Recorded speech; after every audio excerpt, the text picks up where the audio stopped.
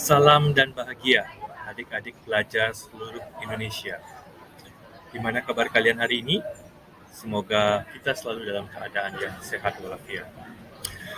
Adik-adikku yang berbahagia, hari ini kita akan membahas topik bahasan yang baru, yaitu tentang hukum Newton. Nah, tapi sebelum kakak lanjut ke pembahasan hukum Newton, alangkah baiknya kita berkenalan dulu. Kata orang sih, kalau kita nggak kenal, makanya kita nggak sayang. Oke, perkenalkan, nama kakak IGD Okta Sutiade, ya, seorang guru di SMP Negeri 4 Banjar, dan pada saat ini bertugas atau mengampu mata pelajaran IPA atau Ilmu Pengetahuan Alam. Nah, anak-anak sekalian, atau kakak panggil adik-adik aja ya, oke, adik-adik sekalian, pada kesempatan kali ini ya kita akan belajar tentang hukum Newton. Nah, hukum Newton khususnya adalah hukum Newton tentang gerak. Hukum Newton tentang gerak itu dibagi menjadi 3. Yang pertama itu tentang kelembaman, kemudian yang kedua tentang gaya yang bekerja pada sebuah benda, dan yang ketiga adalah tentang aksi dan reaksi. Oke, kita bahas ke hukum Newton yang pertama. Nah, hukum Newton yang pertama menyatakan bahwa jika resultan gaya pada suatu benda sama dengan 0, maka benda yang mula-mula diam akan terus diam, sedangkan benda yang mula-mula bergerak akan terus bergerak dengan kecepatan yang tetap. Nah, jadi perlu kakak tekankan di sini bahwasannya yang bernilai 0 itu adalah resultan gayanya.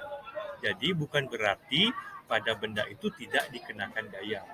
Tetapi selama resultan gayanya bernilai 0, maka itu akan memenuhi hukum kelembaman atau hukum Newton 1. Nah, secara matematis ini bisa dirumuskan dengan sigma F sama dengan 0, di mana sigma F itu adalah jumlah gaya yang bekerja pada sebuah objek.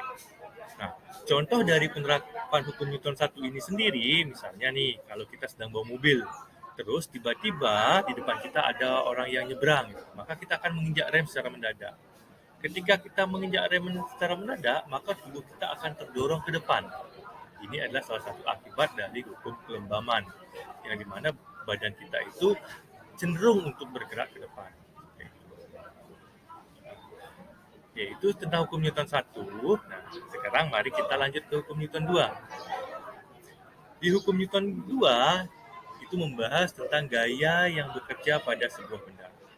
Nah, hukum Newton 2 menyatakan bahwa percepatan suatu benda yang ditimbulkan oleh gaya sebanding lurus dengan besarnya gaya dan berbanding terbalik dengan masanya.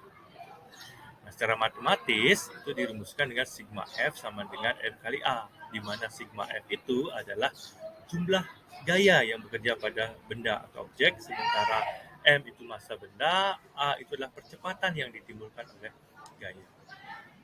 Jadi, pada hukum Newton 2 ini, lebih spesifik itu adalah membahas bagaimana hubungan antara gaya yang bekerja pada sebuah benda dengan percepatan yang timbul nantinya. Nah, contohnya dari penerapan hukum Newton 2 ini adalah ketika kita mendorong sebuah mobil, atau enggak ketika kita melempar sebuah ember ke dalam sumur, maka ember itu akan jatuh ke dalam sumur akibat adanya gaya gravitasi. Tentu kecepatan jatuhnya akan semakin cepat, dari atas ke bawah itu akan semakin cepat karena adanya percepatan. Seperti itu. Atau bisa juga ketika kita melepaskan sebuah benda di dalam bidang miring, maka semakin lama kecepatan benda itu akan semakin cepat. Itu sekilas tentang hukum Newton 2. Selanjutnya itu adalah hukum Newton 3. Nah, hukum Newton 3 ini membahas tentang aksi reaksi. Jadi setiap benda yang kita berikan gaya aksi, maka benda tersebut akan kembali memberikan gaya reaksi yang sama terhadap kita dengan arah yang berlawanan. Atau secara matematis ini bisa dituliskan dengan rumus bahwa sigma F aksi sama dengan minus sigma F reaksi. Loh, kok kenapa ada tanda minus? Tadi katanya sama. Nah, tanda minus ini menandakan atau mengindikasikan bahwa gaya aksi yang muncul atau yang timbul itu berlawanan dengan aksi yang kita berikan. Ya, jadi sekali lagi, tanda minus ini mengindikasikan bahwa gaya reaksi yang timbul itu berbanding terbalik dengan aksi yang kita berikan. Nah, contohnya, kalau kita main sepatu roda nih, kita berpegangan pada sebuah benda, kemudian kita dorong benda itu. Misalnya benda itulah tembok. Kita dorong tembok tersebut, maka yang terjadi adalah kita akan bergerak mundur. Itu disebabkan karena adanya gaya reaksi dari tembok itu terhadap kita.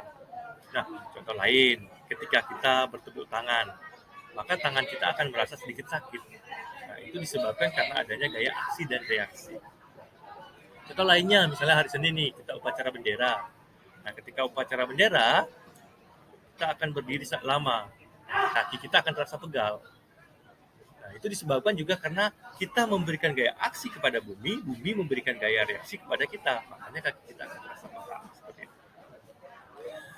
Oke adik-adik sekalian, itu sekilas tentang hukum Newton. Nah, nanti untuk pembahasan lebih spesifiknya tentang hukum Newton 1, hukum Newton 2, hukum Newton 3, kemudian bagaimana nanti penerapannya, bagaimana pemanfaatan, rumus dan sebagainya, akan kita bahas di video pembelajaran yang selanjutnya.